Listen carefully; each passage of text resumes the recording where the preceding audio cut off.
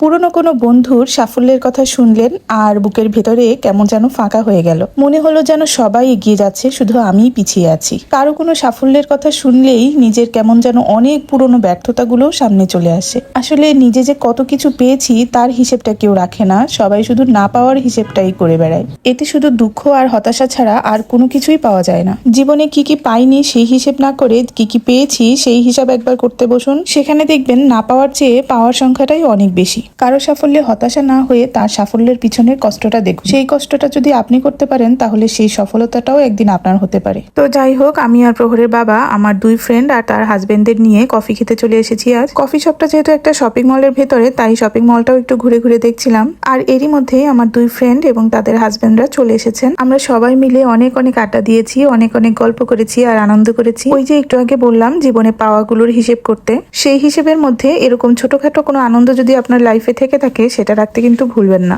তার কারণ এরকম ছোটখাটো আনন্দ করার সৌভাগ্য কিন্তু সবার ভাগ্যে হয় না, আর তাই এটাকেও আমি প্রাপ্তি হিসেবেই ধরি।